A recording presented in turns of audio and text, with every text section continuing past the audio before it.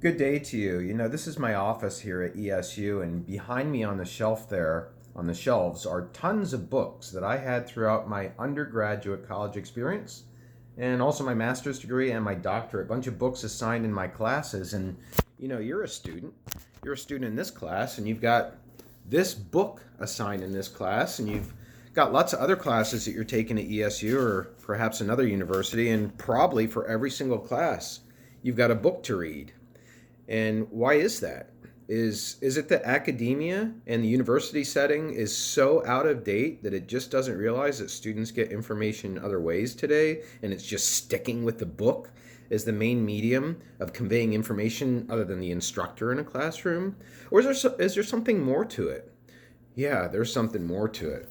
Because the book, as a medium of communication, is uniquely qualified to provide you with a way of thinking, to dissect and analyze the world that you cannot get from any other form of communication. That's what the book does for you. And that's what I'm going to try and get across in today's class, because for the first time in this class, we're taking on an individual mass medium.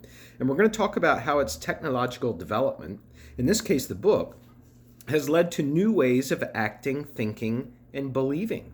We're going to do that actually for all of the technologies that we'll talk about in this class. We're starting with books now. We're going to be moving to newspapers and magazines and radio and TV. So the rest of the course, at least for the next few days, is going to operate kind of like how today's class is, which is going to be different from our last classes when we were talking more about theoretical kind of stuff.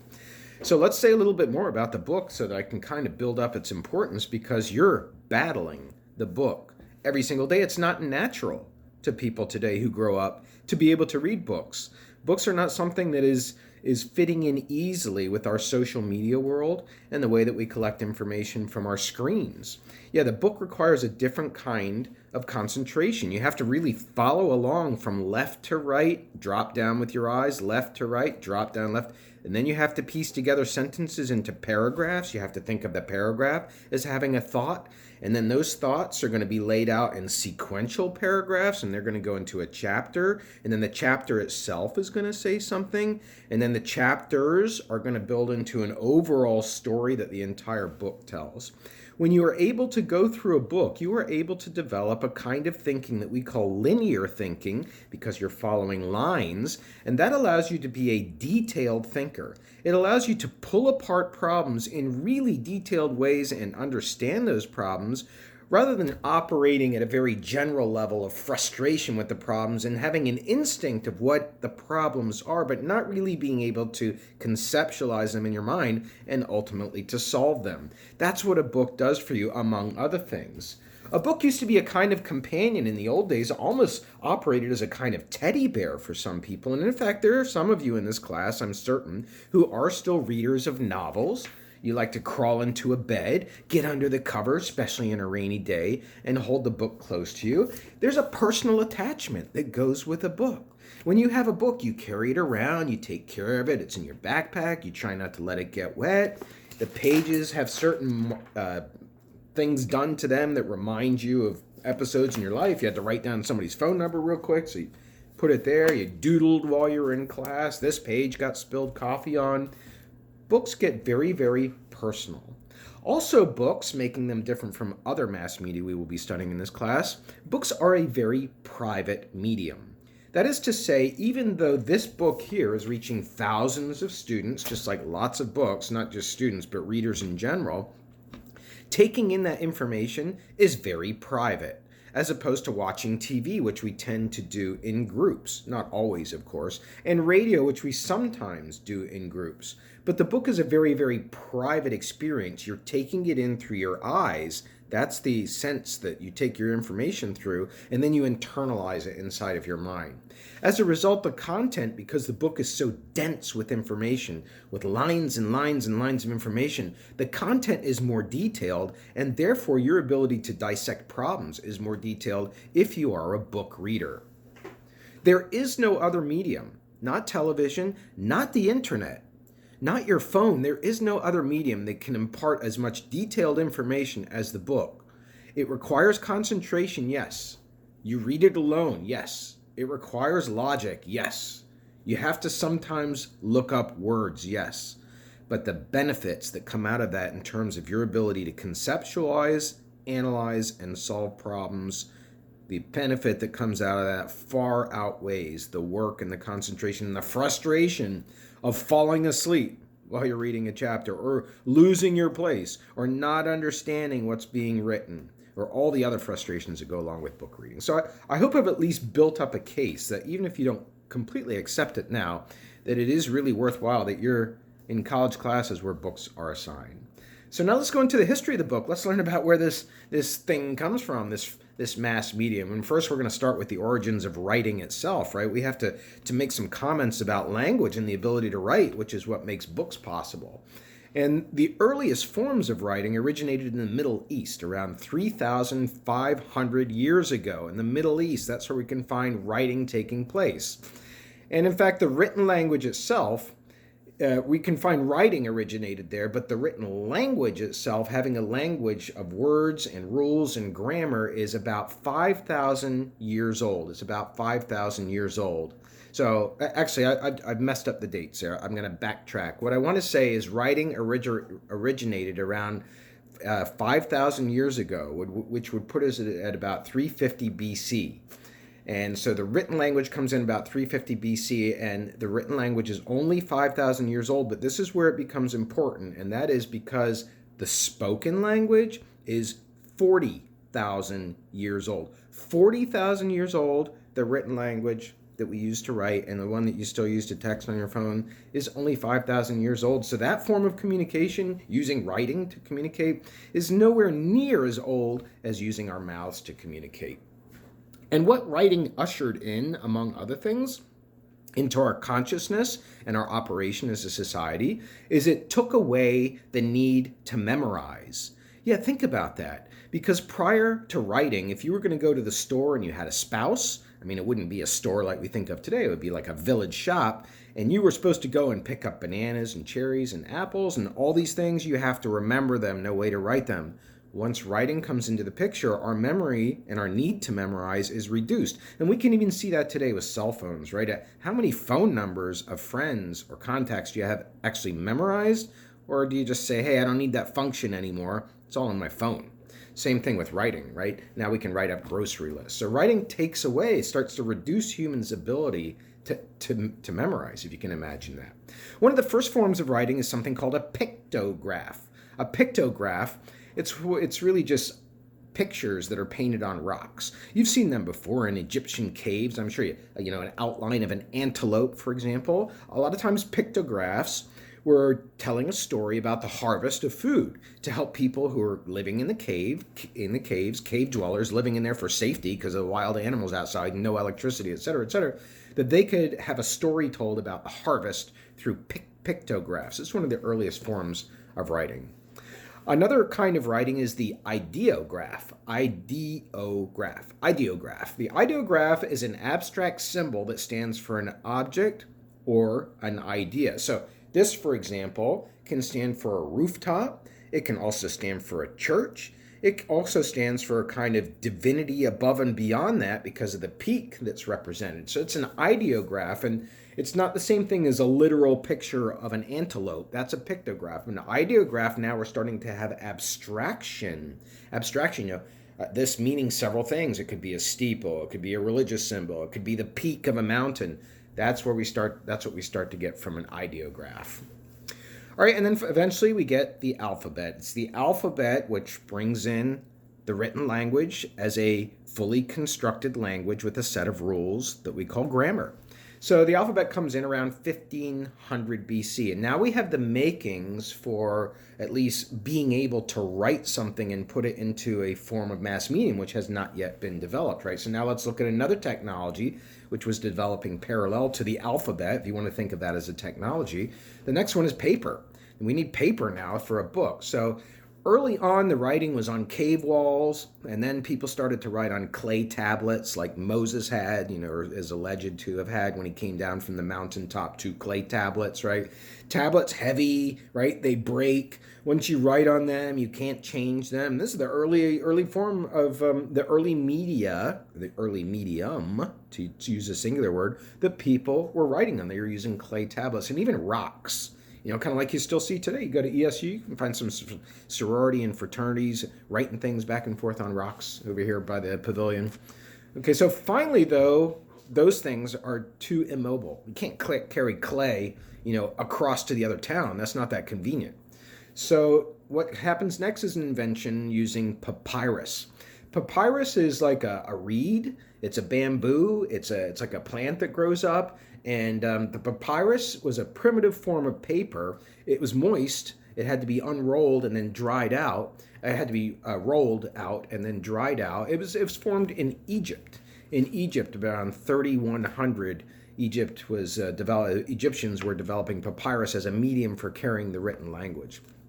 But as you might imagine, it's not very sturdy. There's a long process in getting it to dry out. So that was replaced next by parchment. Parchment is from a goat. It's a goat skin, right? We can still see animal skins used for various things. It was used for paper. Back then it dried it out. But again, we have the same problem with papyrus is the sustainability of that medium. It breaks apart and dries out and stuff like that. So finally it took the Chinese in the year 200 BC to invent paper.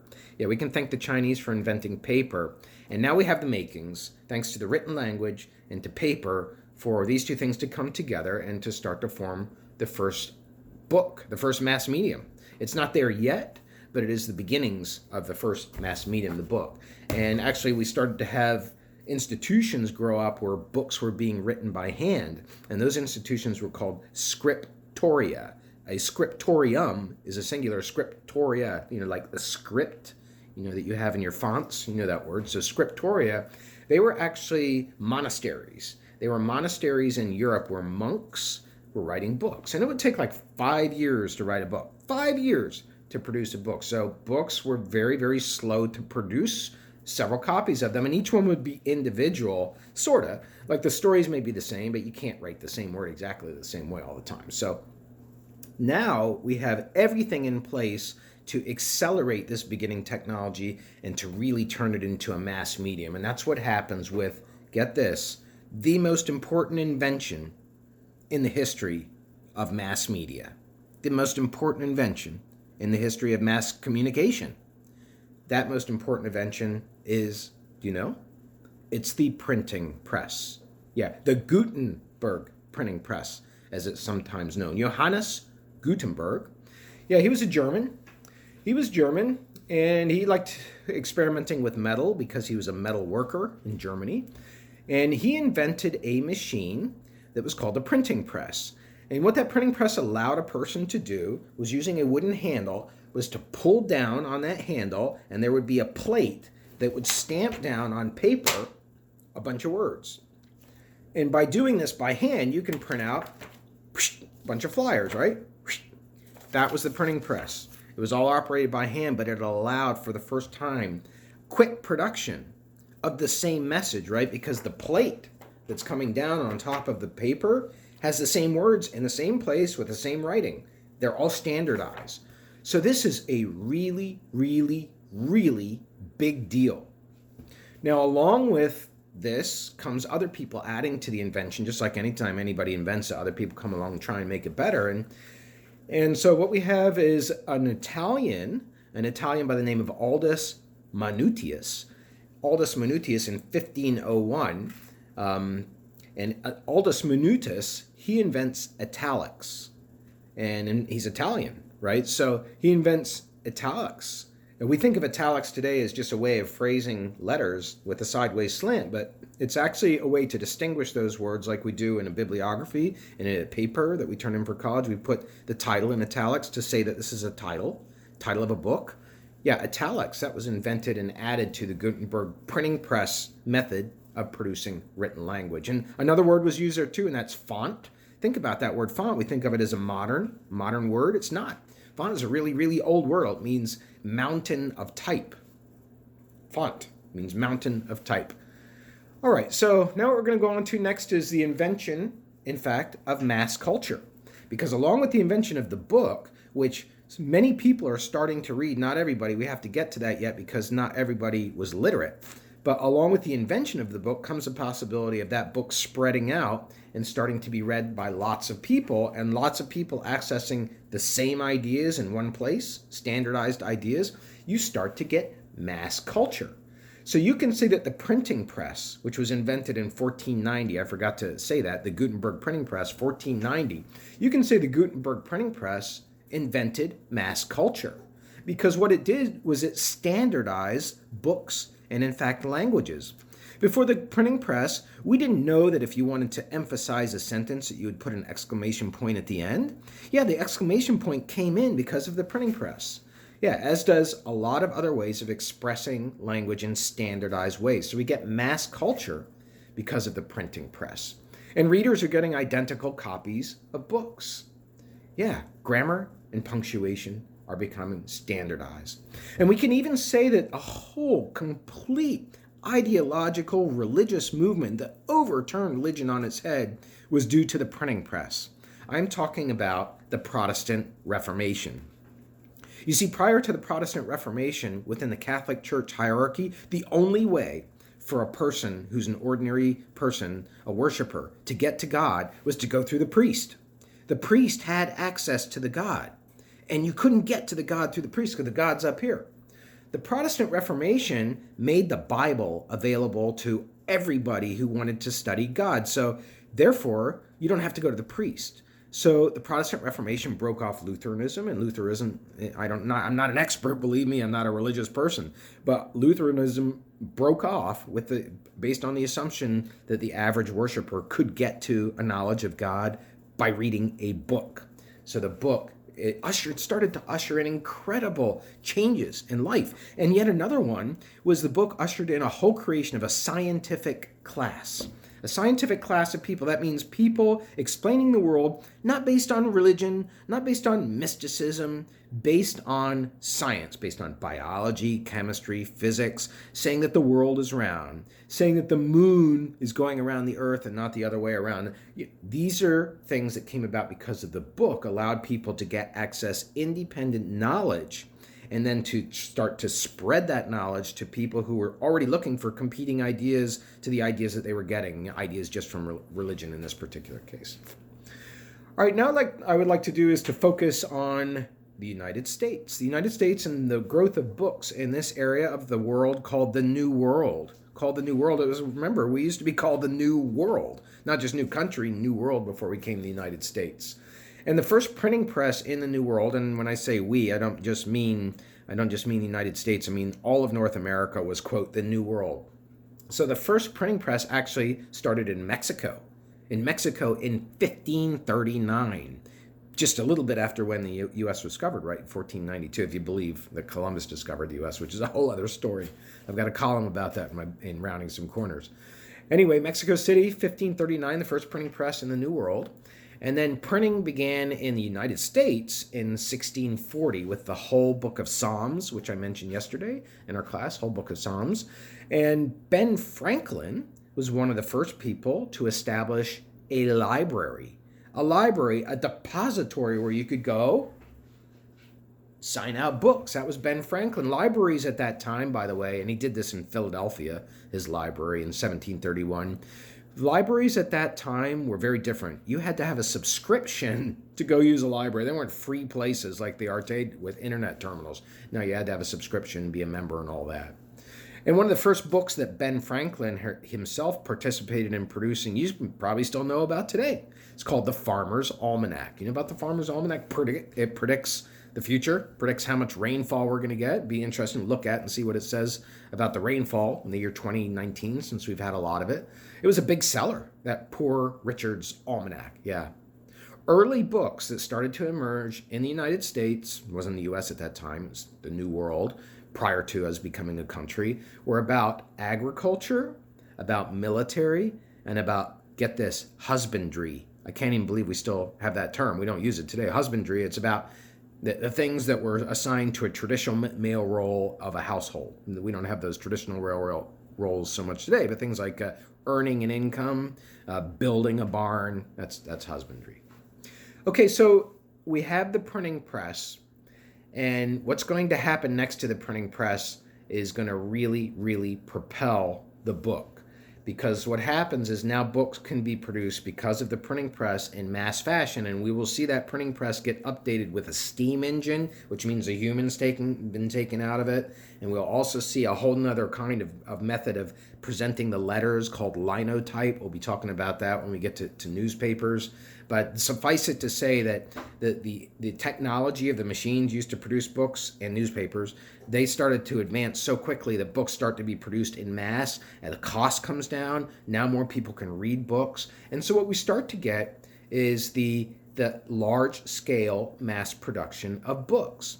And it's coinciding with industrialization. I told you we would be revisiting industrialization for some of our first classes because it's such an important moment in history. And what you have going on during industrialization in the 1700s and then later into the 1800s, where it really ramped up, is you have people moving from the country to the cities to get better jobs, to get out of their places where they're stuck in the same roles, around the same people, and having the same life as their previous generations did. They're moving to the cities to work in factories, often in very bad conditions, in tenement buildings, working many hours a day, unsafe, producing all kinds of things, producing tools for the household, producing clothes, producing car parts.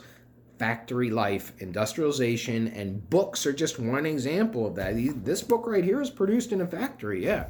So you have industrialization that's spurring the growth of cities, and what's happening is you start to have the emergence of a middle class of people that have extra money to spend. If you're living in a village or you're working on a farm, you pretty much live hand to mouth, and you don't even have a lot of money sometimes because you're just harvesting everything that you're needing to live. You go to the city, now you're starting to earn money and you're working all day long, so you can't be spending it then. So then you get time off and now you have some extra spending money.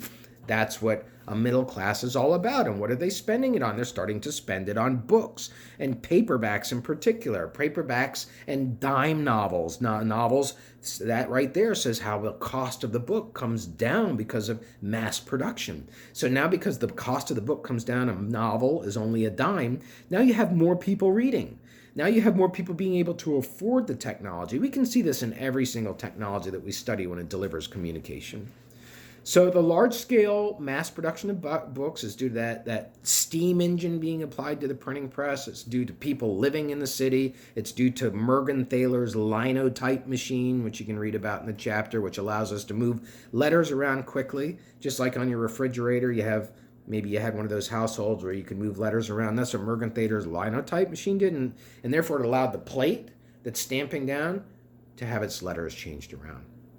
All right, I'd like to talk now about buying and selling books because we want to highlight how books became, and still are, though it's scaled down a lot, a big industry. Yeah, the book publishing industry is a big industry in the 1900s, especially. They took off. No competition from radio, right?